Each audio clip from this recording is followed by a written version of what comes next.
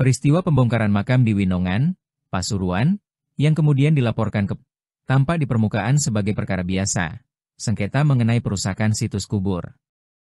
Namun bila ditelisik lebih dalam, kasus ini menyimpan lapisan makna yang jauh lebih kompleks. Terutama karena makam yang dibongkar bukan sekadar tanah pekuburan, melainkan makam Al-Habib Ahmad bin Soleh Al-Hadar, seorang tokoh yang dalam tradisi Ba'alawi dihormati sebagai datuk dari Habib Umar bin Hafidz melalui jalur ibu dan neneknya.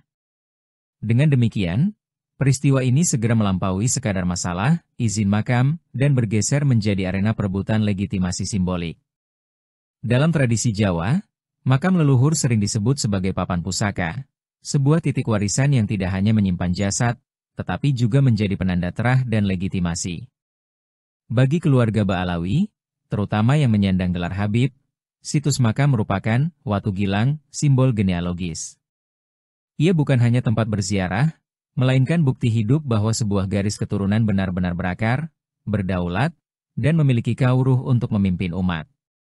Maka ketika makam itu disentuh, dibongkar, atau dipersoalkan, sesungguhnya yang terusik bukan hanya benda mati, melainkan papan pusaka legitimasi Ba'alawi. Di titik inilah laporan ke Polsek menjadi menarik untuk dikritisi. Secara formal, aparat negara memang berfungsi menjaga ketertiban.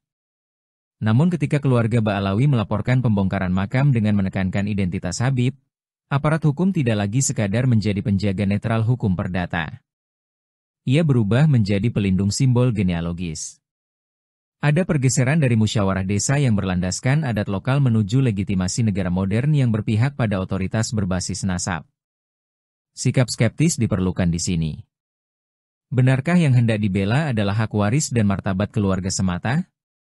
Ataukah ini merupakan bagian dari upaya mempermanenkan hierarki sosial berbasis nasab, di mana negara dijadikan instrumen untuk menjaga papan pusaka Ba'alawi dari segala tantangan? Jika demikian, maka laporan itu tak lagi murni soal hukum, melainkan langkah politik simbolik, membentengi posisi elit religius di tengah masyarakat yang kian kritis dan egaliter. Dalam bahasa Jawa ada pepatah, sedumuk bathuk sanyari bumi ditohi nganti pati. Sengketa sejengkal tanah bisa dipertaruhkan sampai mati. Namun ketika tanah yang disengketakan adalah papan pusaka yang mengandung aura genealogis, pertaruhan itu naik kelas. Dari sekadar masalah maka menjadi pertarungan simbolik tentang siapa berhak menafsirkan sejarah dan memegang otoritas sosial.